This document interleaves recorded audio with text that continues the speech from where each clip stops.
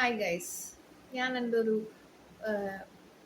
ഒരു ധാരണ, like in mid 40s വരെ ഞാൻ എൻ്റെ ബർത്ത്ഡേ സെലിബ്രേറ്റ് ചെയ്തിട്ടില്ല.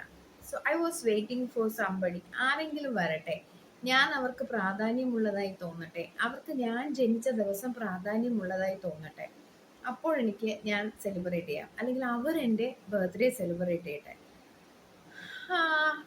അൺഫോർച്ചുനേറ്റ്ലി മിഡ് 40s വരെ ആരും വന്നില്ല. ഇന്നലെ എൻ്റെ ഒരു social media friend Merlin, only social media കണക്ഷനാണ്, മെർലിൻ എന്നോട് പറഞ്ഞു ഇനി ഒരു കേക്ക് മേടിച്ച് കട്ട് ചെയ്യണം. So first time in my life ഒരു കേക്ക് മേടിച്ച് ഞാൻ കട്ട് ചെയ്യാൻ പോവാം. മെർലിൻ പറഞ്ഞു സോ എനിക്ക് കട്ട് ചെയ്തേ പറ്റത്തുള്ളൂ. ഞാൻ ഇതുവരെ എൻ്റെ ബർത്ത്ഡേ സെലിബ്രേറ്റ് ചെയ്തിട്ടില്ല. കാരണം സെലിബ്രേഷൻസ് ചില മനുഷ്യർക്ക് ലൈക്ക് അവരുടെ കയ്യിൽ ഇഷ്ടം പോലെ കാശുണ്ടാവും, പക്ഷെ അവരൊന്നും ചെലവാക്കത്തില്ല. ഇനി അത് ചെലവാക്കി ജീവിക്കുന്നവരെ കണ്ടാൽ അവർക്ക് 100 കുറ്റങ്ങൾ പറയാനുണ്ടാവും. അവരുടെ ജീവിതം വളരെ മോശം അവസ്ഥയിലായിരിക്കും. നമ്മളുള്ളത് കൊണ്ട് സന്തോഷമായി ജീവിച്ചിരിക്കുകയും ചെയ്യും. ദാരിദ്ര്യ അവസ്ഥയിൽ കീറി പിന്നിയ തുണികൾ ഉടുത്ത് കോടിക്കണക്കിന് ആസ്തിയുമായിട്ട് ജീവിക്കുന്ന ആൾക്കാരായിരിക്കും. നിങ്ങൾ ജീവിതത്തിൽ എന്ത് നേടി? നമ്മളൊരു നമ്മളൊരു റിച്ച് ആണെന്ന് നമുക്കൊരു തോന്നല് വന്നു കഴിഞ്ഞാൽ മാത്രമേ ഈ ദാരിദ്ര്യം നമ്മളിൽ നിന്ന് മാറി കിട്ടത്തുള്ളൂ. ഈ ഉപദേശം എനിക്ക് പറയാനുള്ളത്, ഓട്ടോറിക്ഷയിലേ പോകത്തുള്ളൂ, നല്ല നല്ല സാരികളെ ഉടുക്കത്തുള്ളൂ, ലൈഫ് സ്റ്റൈൽ ഇങ്ങനെയാണ്, ലാവിഷ് ഇങ്ങനെയാണ്, അതൊരു തിയറിയാണ്, അല്ലെങ്കിൽ നമ്മളിലേക്കൊന്നും എത്തത്തില്ല. അപ്പോൾ ഞാനിങ്ങനെ മാനിഫെസ്റ്റ് ചെയ്ത് വെയിറ്റ് ചെയ്തു, ആരെങ്കിലും വരും. This is also my manifestation. ഈ ഒരു മാല നിങ്ങൾ കണ്ടു, ഇതിൻ്റെ ഒരു ഭംഗി കണ്ടു, ഇതിന് നടുക്ക് ലക്ഷ്മിയാണ്. എനിക്ക് ഭയങ്കര ഇഷ്ടമാണ് ലക്ഷ്മിയെ. അപ്പോൾ ഈ ലക്ഷ്മി ഉള്ള ഒരു മാല, അത് ഞാൻ ചിലപ്പോൾ ഷോപ്പുകളിലൊക്കെ പോകുമ്പോൾ കോസ്റ്റ്ലി ആയതുകൊണ്ട് അഫോർഡ് ചെയ്യാൻ പറ്റാത്തതുകൊണ്ട് വെച്ചിട്ട് വരും. ഇതും ലക്ഷ്മിയുള്ള കമ്മലാണ്. ഇതെൻ്റെ മാനിഫെസ്റ്റേഷനാണ്. ഇതെനിക്ക് കിട്ടുമെന്ന് ഞാൻ എപ്പോഴും വിശ്വസിക്കുന്നു. അപ്പോൾ അങ്ങനെ ഞാൻ എൻ്റെ ബർത്ത്ഡേ സെലിബ്രേറ്റ് ചെയ്യാൻ പോയപ്പോൾ ഒരു നഗരത്തിലെ പ്രശസ്തമായ ഒരു ഹോട്ടലിൻ്റെ റൂഫ് ടോപ്പിൽ, നിങ്ങളിൽ എത്ര പേര് നിങ്ങളുടെ എൻ്റെ ഫിനാൻഷ്യൽ സ്റ്റാറ്റസും ഞാനിപ്പോൾ എങ്ങനെയുള്ളതാണെന്നും ഒക്കെ നിങ്ങൾ ചിന്തിച്ചോണം. റൂഫ് ടോപ്പിൽ വളരെ ലാവിഷായിട്ട് ഒരു ലൈക്ക്, ഇതൊന്നും ഞാൻ സ്പെൻഡ് ചെയ്യുന്നതല്ല കേട്ടോ, എൻ്റെ ഫ്രണ്ട്സ് എനിക്ക് അറേഞ്ച് ചെയ്ത. ഞാൻ എന്നും ജീവിതത്തിൽ ഇമ്പോർട്ടൻസ് കൊടുക്കുന്ന നല്ല മനുഷ്യർക്ക്, എന്നും നല്ല മനുഷ്യരെ കാണണേന്ന് പ്രാർത്ഥിക്കും. അവരെനിക്ക് വേണ്ടി അറേഞ്ച് ചെയ്തതാണ്. എനിക്ക് കിട്ടിയ ഗിഫ്റ്റുകൾ കണ്ടോ, ഇത് ടൈറ്റൻ്റെ ഒരു വാച്ച്. ഇത് ഇത് ഈ ടൈറ്റൻ വാച്ച് എൻ്റെ മാനിഫെസ്റ്റേഷനാണ്. ഇതും എൻ്റെ മാനിഫെസ്റ്റേഷനാണ്. ഇത് എന്തെങ്കിലും ഒരിക്കൽ കിട്ടും. അങ്ങനെ ഒരു പാർട്ടി എനിക്ക് വേണ്ടി അവർ അറേഞ്ച് ചെയ്യുക. അതിൻ്റെ അറ്റത്ത് ആരുണ്ടായിരുന്നറിയാമോ? എൻ്റെ പത്മനാഭനും. അപ്പൊ എനിക്ക് തോന്നിയത്, ഞാൻ വിളിക്കാതെ എൻ്റെ ബർത്ത്ഡേ പാർട്ടിക്ക് പത്മനാഭനും വന്നു എന്നുള്ളതാണ്. അത് ആ റൂഫ് ടോപ്പിന്റെ മുകളിലിരുന്നാൽ പത്മനാഭ സ്വാമി ക്ഷേത്ര ഗോപുരം കാണാം. ഞാൻ ഒരു ഫോട്ടോ ഇട്ടേക്കാം. അപ്പൊ വിളിക്കുക, ഞാൻ പറയാതെ എൻ്റെ സ്വാമി എനിക്ക് തന്ന ഈ മിഡ് 40s തന്നൊരു വലിയ അനുഗ്രഹമായിരുന്നു ഇന്നലെ. അപ്പോൾ ഞാൻ കുറച്ചൊന്ന് ഭയന്ന് എന്തെന്ന് വെച്ചാൽ, നമ്മൾക്ക് ബാധ്യതകൾ ഉണ്ടെങ്കിൽ അത് ചിലർ പറയും അവർക്ക് ഇഷ്ടംപോലെ പൈസ ഉണ്ടായിരിക്കും. ഞാൻ വാങ്ങുന്നതിനേക്കാൾ കൂടുതൽ സാലറി വാങ്ങുന്ന എനിക്ക് അടുത്തറിയാവുന്ന മനുഷ്യരുണ്ട്. വളരെ കീറി പറഞ്ഞ വസ്ത്രങ്ങൾ ധരിച്ച് വളരെ ദാരിദ്ര്യ അവസ്ഥയിൽ ജീവിച്ചിട്ട് എന്നെ പലപ്പോഴും കുറ്റം പറഞ്ഞുകൊണ്ടിരുന്ന മനുഷ്യരുണ്ട്. ഞാൻ എപ്പോഴും നല്ല ഡ്രസ്സുകൾ ഇടാൻ ശ്രദ്ധിച്ചിട്ടുണ്ട്.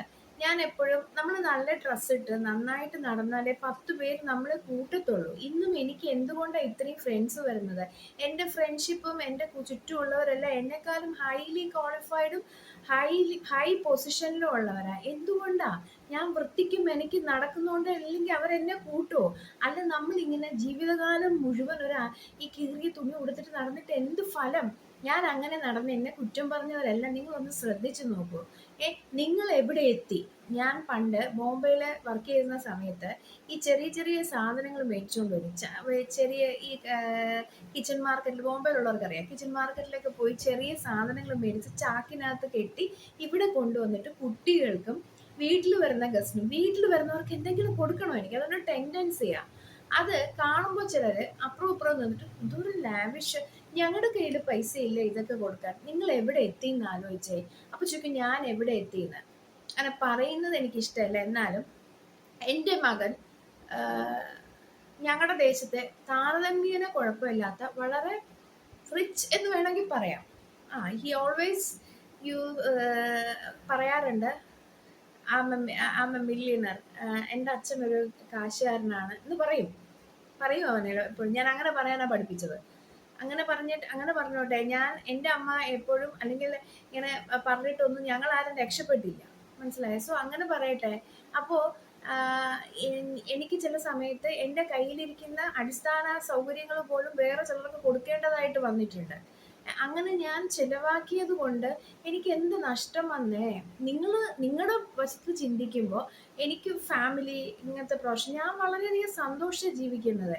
എനിക്ക് രാവിലെ ഇഷ്ടമുള്ള സമയത്ത് എണീക്കാം, രാത്രി ഇഷ്ടമുള്ള സമയത്ത് ഉറങ്ങാം. ഇങ്ങനെ വീട്ടിൽ കിടന്ന് കഷ്ടപ്പെട്ട് ജോലി ചെയ്യേണ്ട ഒരു ആവശ്യമില്ല. എനിക്ക് താമസിക്കാനുള്ള വാടക കൊടുക്കാൻ എനിക്ക് പറ്റുന്നുണ്ട്. ഞാൻ ആഹാരം കഴിക്കുന്നുണ്ട്.